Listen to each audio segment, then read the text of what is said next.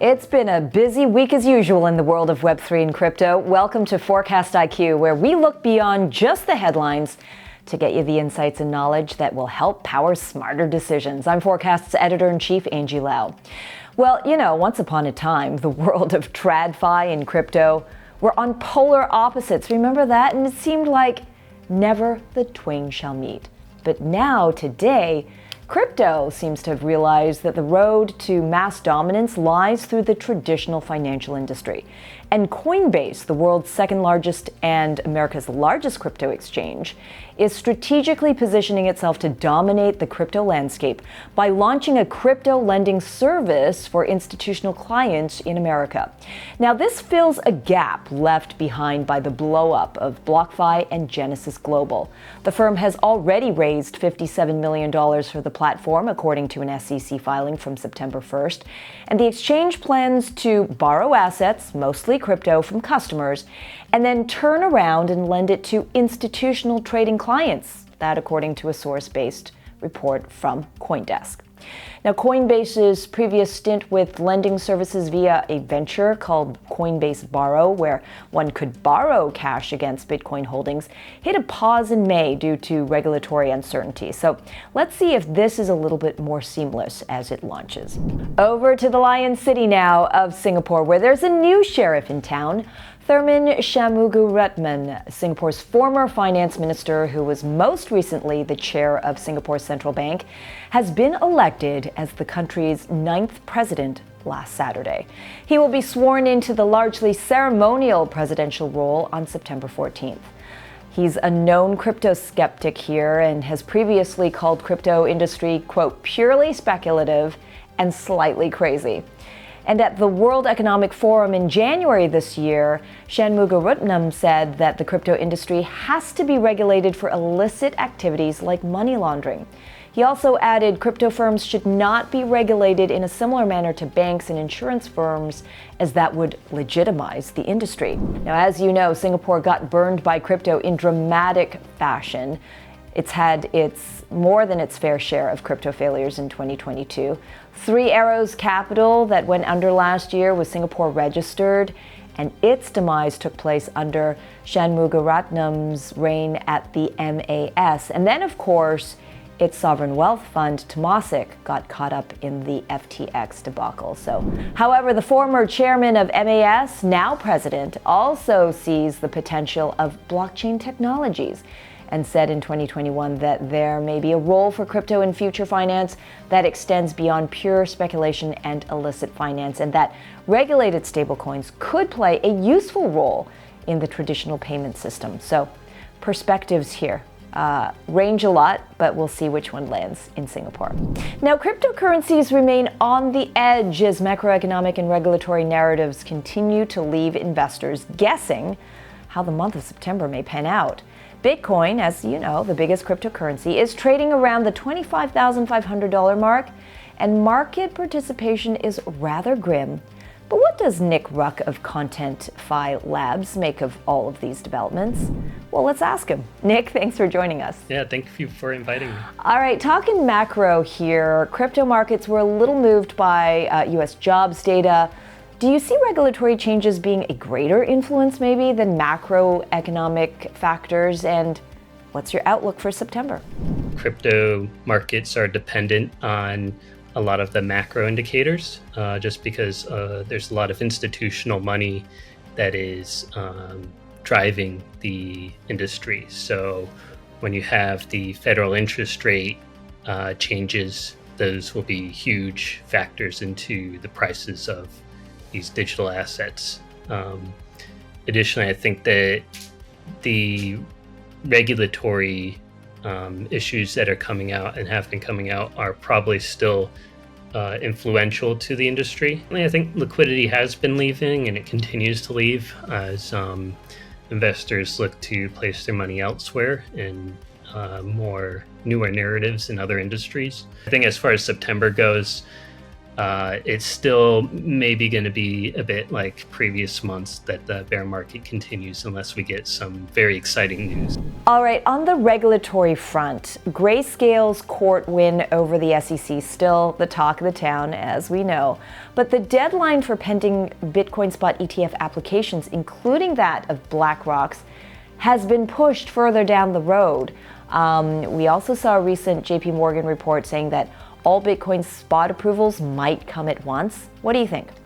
There's a lot of hope that there'll be a spot ETF approved, but as far as we have seen for the past few years, that the SEC is very hesitant to allow that to happen. So if they can, then they'll keep on trying to delay it, I believe. If they cannot, then I guess they will hesitantly approve of it. I want to ask you about this. The top court in China, in a report, declared crypto legal property and protected by law. Now, a lot of people are seeing this as the beginning of crypto's next bull run. Nick, is China opening up to crypto, or is there trouble ahead? What do you think? It's kind of still in the same place as it has been for the past year or two, which is that crypto assets may be property and they are not outside of regulations. Maybe in the future, they'll ease into it as the technology develops and becomes more stable in terms of what they expect this asset to do for their economy and for their country.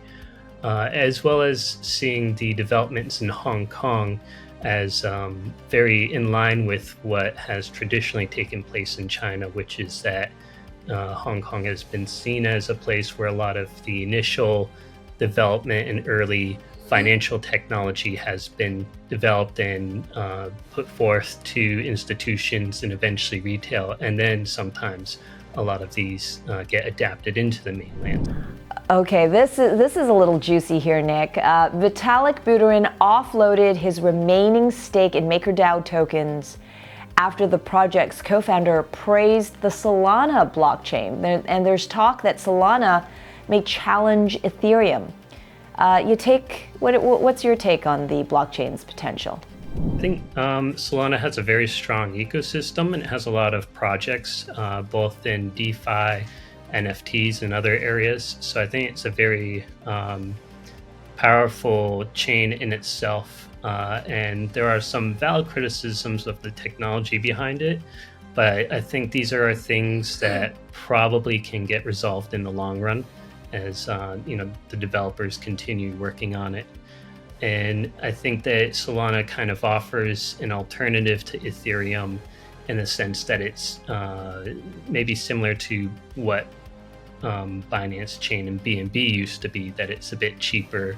But as far as the kind of reputation goes, is that they still have a bit to work on, simply distancing themselves from what was the FTX investments and Sam's investments and all the some occasional downtime on their chain with certain validators and things. So I think it still has a little bit of ways to really convince some of the diehard Bitcoin and Ethereum fans. Hey Nick, really appreciate you joining us, and thanks for all your insights. It's good to have you on. Yeah, thank you for having me. Happy to be here. All right, everyone, time for a quick break, but don't go anywhere because we're going to dive into the NFT markets when we come back. Stay with us. Forkast.News is your gateway to all things blockchain, breaking down and breaking through the noise with the people who know it best and why it matters. We go to where the action is, from Asia to the world. Forkast is the most reliable source of intellectual discourse and insight that informs, educates, and bridges the gap between the blockchain industry and the mainstream. The future is being built, and Forkast has it covered. This is Forkast.News. All right, welcome back to Forkast IQ. It's September, so that means for America, football season is here, and social media giant Reddit has dropped a pretty large batch of collectibles to honor NFL's 32 teams here. The NFT-backed avatars are priced at a pocket-friendly $24.99, and each of them features Snoo, the platform's alien mascot. There are 500 NFTs apiece for each NFL team, making this one of the largest collection of Reddit collectibles. Meanwhile, talking about collectibles, last week the industry saw SEC making its first move against an NFT project. So what impact has that had? Well, let's talk about all of it. Forkast Labs data analyst Yehudah Petscher reads between the lines. Over to you, Yehudah. Well, it feels like a pivotal time for NFTs. Last week, the SEC declared war on NFTs, filing charges for the first time ever, mind you, against an NFT project. That project is called Impact Theory. Now, in my newsletter last week, I said that I think the impact of this will be felt immediately. Now, it wasn't quite as drastic as I was expecting, at least going by the value of the market. The Forkast 500 NFT index was down 2.11%. That's from the date of the SEC's announcement until the following Sunday. That is the end of our data week at CryptoSlam. But actually, that decline was less than the previous 2 weeks. But we did see major sell-offs of certain NFTs, including a CryptoPunk that sold for a $160,000 loss, a Bored Ape that sold for a $212,000 loss, and multiple Bored Apes that sold for $300,000 losses. And those really add up. Just a few sellers got hit really hard, bringing down the total weekly profits to almost negative $12 million for the week. It's other corners of the market, though, that did see a much more direct impact from the SEC's charges, reflecting that traders are taking a break from the market. Unique sellers fell to 216,000, and wash trades fell to 29.8 million. Right, okay, those numbers don't sound like they belong together at all, but both reflect the lowest numbers we've seen in each of those categories this entire year. Both again evidence that traders are throttling back. Weekly transactions also fell, dropping to 1.8 million on the week. That's a 16% decline from the week before, and also the fourth lowest we've seen this year. And all of those numbers combined tell a complete story, one that will actually tell with the global sales. Which, by the way, that's probably the metric that resonates with people the most, so let me hit you with it. Global sales last week fell to 72.5 million. That's the lowest we've seen in 117 weeks. Ouch. Now, August also came to a close, the numbers are in, and it shows us something else entirely that I talk about pretty often. Sales, on the other hand, hit a 30-month low, and really, it may be the lowest sales we've ever seen in the modern NFT market, with 395 million in sales. That's, again, across blockchains. Historically, September and October, much slower than August. I don't see any reason for that to change this year, especially with the deck stacked against traders. There's real fear out there that the SEC has more charges lined up for other NFT projects. That's almost certainly coming. Combine that with the fact that there's just no profits out there. So traders, they're going to sit out for a while, wait and watch for opportunities whenever they may come. Okay, now market aside, there's really great stuff happening in the NFT space, ranging from art still booming to major NFT adoption. The Super Rare Marketplace launched a curate to earn platform that allows anyone to stake their platform token called Rare into artists. This acts basically as a thumbs up or liking system that's actually rewarding for anyone participating. When an artist's work sells, some of the platform fees kick back to that staking pool. And that's one of the ways the public can earn on this new platform. Now, artists can also have exclusive art drops just for people who have staked their Rare token in them, so there's another way you can earn. Now, royalties. We thought they would crumble after OpenSea announced that they're not going to enforce those creator fees anymore. Really, though, the opposite's played out. A Twitter user named NFT Stats pointed out some data showing traders are still paying those fees. In fact, to me, it looks like they're ramping up. I don't know how long it'll last, but for now, creators are getting paid just a bit. We also have an NFT artist named Rafik. He's recently created a wonderful piece of art called Winds of Yawanawa. That collection uses rainforest data like temperature, like the wind speed, to affect an AI-generated piece of art. Well, Rafik is now being featured on the Las Vegas Sphere, earning accolades from people all over the world, including the NFT artist Beeple, and Rafik was recently even on CNN. Angie, back to you. Yehudah, thank you so much for that. And on that note, let's take a quick break. And on the other side, we're going to talk about how India's G20 leadership has influenced the conversation around a global regulatory framework for crypto. It's a big deal. Stay with us. Forkast News is your gateway to all things blockchain, breaking down and breaking through the noise with the people who know it best and why it matters. The future is being built, and Forkast has it covered. This is Forkast News. All right, welcome back to Forkast IQ. Thanks for sticking with us. I'm your host and editor-in-chief of Forkast, Angie Lau.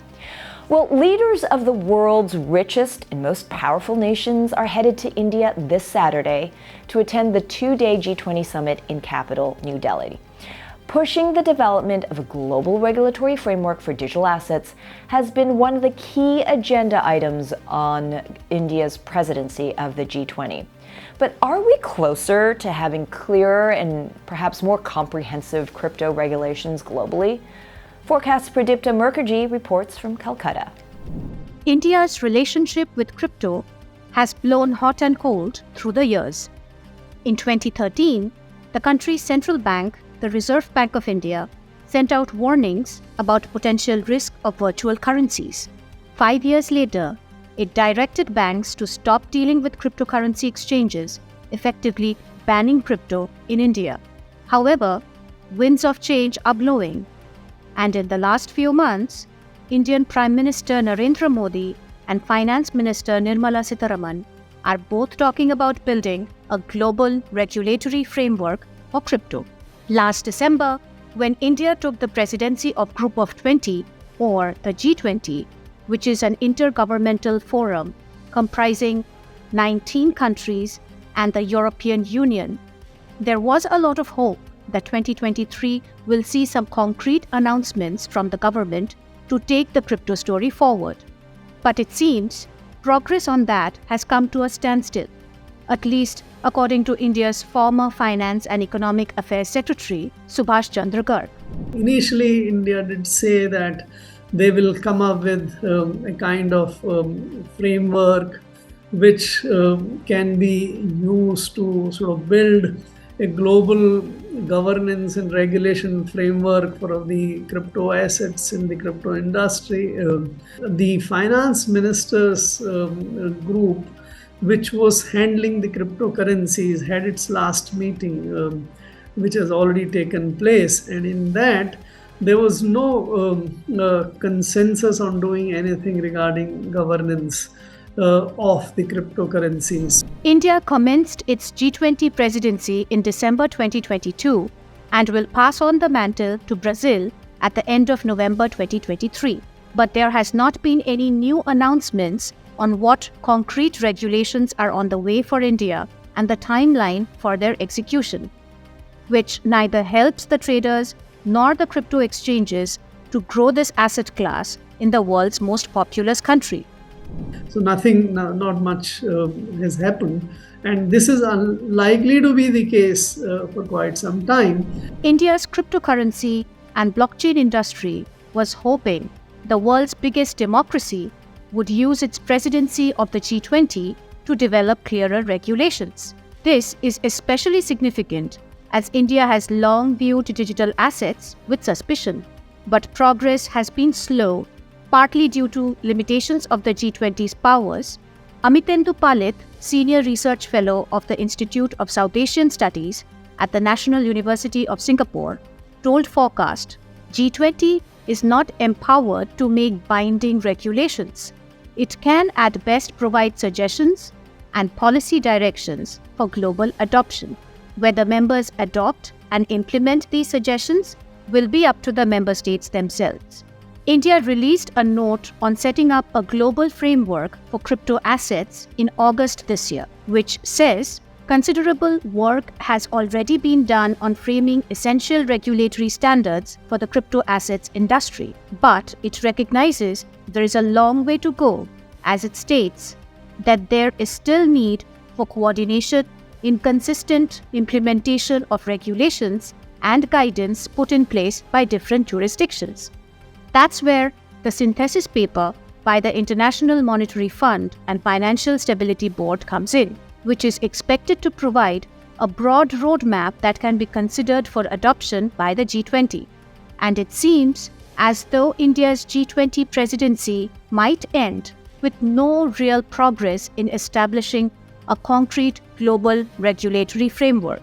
India's G20 presidency, I don't think made any significant contribution towards global recognition, development, governance, or regulation of decentralized digital assets. The G20 Leaders Summit will be held on September 9th and 10th, which will see several global leaders coming to India, including US President Joe Biden and UK's Rishi Sunak. As the rest of the world slows down, India is expected to become the fastest growing major economy this year, according to the International Monetary Fund, leaving China, US, the United Kingdom, and other major economies behind. Goldman Sachs said India would become the world's second largest economy by 2075. At the same time, India's internet economy is expected to grow sixfold in the next few years to reach $1 trillion by 2030 due to a surge in online activity. However, this may not necessarily translate into growth for digital assets industry in the country. Growth story of India, the GDP, hardly has any element of the growth coming from the decentralized digital assets. The government has been taking measures which have in fact diminished or hurt the industry. However, according to Palit, developing the digital assets industry is certainly a priority for the Indian government, but it is not the kind of priority that developing rural infrastructure is. For those trying to survive India's crypto vagaries, all they need are clearer regulations for this new age of finance. Rajagopal Menon, Vice President of Indian crypto exchange WazirX, told Forkast, "We don't expect any free rides from the government, but we expect the government to be a little bit more fair. And I think that will happen over a period of time. And it seems not all hope is lost." Menon added, "What is new now is the determination of governments to regulate crypto. Earlier, they had more of a ignore it, it's not that important attitude. This is a major shift that the industry is witnessing." For Forkast, I am Pradipta Mukherjee, Kolkata, India. Well, 'tis the season of blockchain events and meetups. The next few weeks are going to be pretty busy. We're going to see Web3 and crypto industry stalwarts gather in Singapore, Philippines, and Dubai to discuss global crypto developments and brainstorm the next big Web3 ideas. And Forkast's going to be on the ground to get you the latest news as it breaks. Now this week it was Korea Blockchain Week, and Forkast's Danny Park gives us the on-the-ground view. 6th edition of the annual Korea Blockchain Week kicked off with a bang in Seoul on Monday. It's a powerhouse gathering of thought leaders, industry heavyweights, and Web3 builders. The 7-day event is playing host to names like Ethereum's Vitalik Buterin, Circle's Jeremy Allaire, and BitMEX co-founder Arthur Hayes. The mood has been upbeat, with hundreds in attendance discussing everything from reaching 1 billion users in Web3 to what the next generation of killer crypto apps will look like. There's also been some big-ticket announcements. South Korea's top 5 financial conglomerate, Hana Financial Group, announced it will partner with digital asset custody provider BitGo Trust to offer digital asset custody services from the latter half of 2024. The other big area of focus, regulations, specifically progress or lack of progress when we compare Asia and the United States. Former White House Cybersecurity Director Carol House said during her panel talk that the overly harsh crypto rules in the US may hinder innovation. Meanwhile, Asian countries are finding balance in regulating crypto, according to Sam Seo, the representative director of Clayton Foundation, which is behind Korea's leading blockchain network, Clayton. They are trying to protect people, but also trying to encourage the industry or developers to build their services. So that's why the Asian countries are making regulations by reflecting those aspects. Seo says he sees an influx of Web3 talent from the US to Asia, and this is just the beginning of tide reversal. South Korea, with over 35 million players, is the 4th largest gaming market in the world by revenue. The market has more than doubled in size over the last decade to over $15 billion. And Web3 gaming has also been one of the key areas of discussion at the Korea Blockchain Week.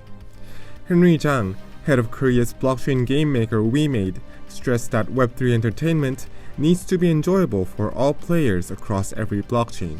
Sydney-based Immutable and Japan's Oasis also participated in the Web3 gaming conversation.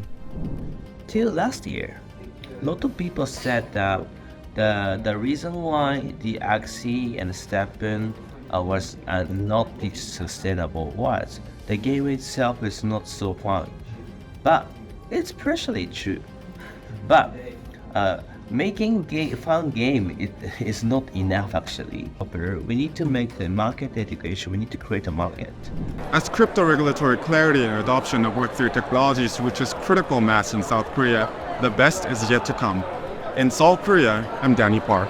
Lots of amazing things happening in Korea, and we've got an international lineup. I feel like we should have a concert t-shirt for all of the conferences we're going to go into and cover for you. But it's going to be a great next couple of months. And for now, though, that's a wrap on this week's show. I want to thank you for joining us, and it's always great to spend time with you. Remember to like and subscribe to this video if you're watching us online. We really appreciate it. Or stay tuned right here on this channel if you're watching from home, your trading floor, wherever it is. It's easy to stay connected with Forkast for the latest developments in the world of crypto and Web3. I'm Forkast Editor-in-Chief Angie Lau.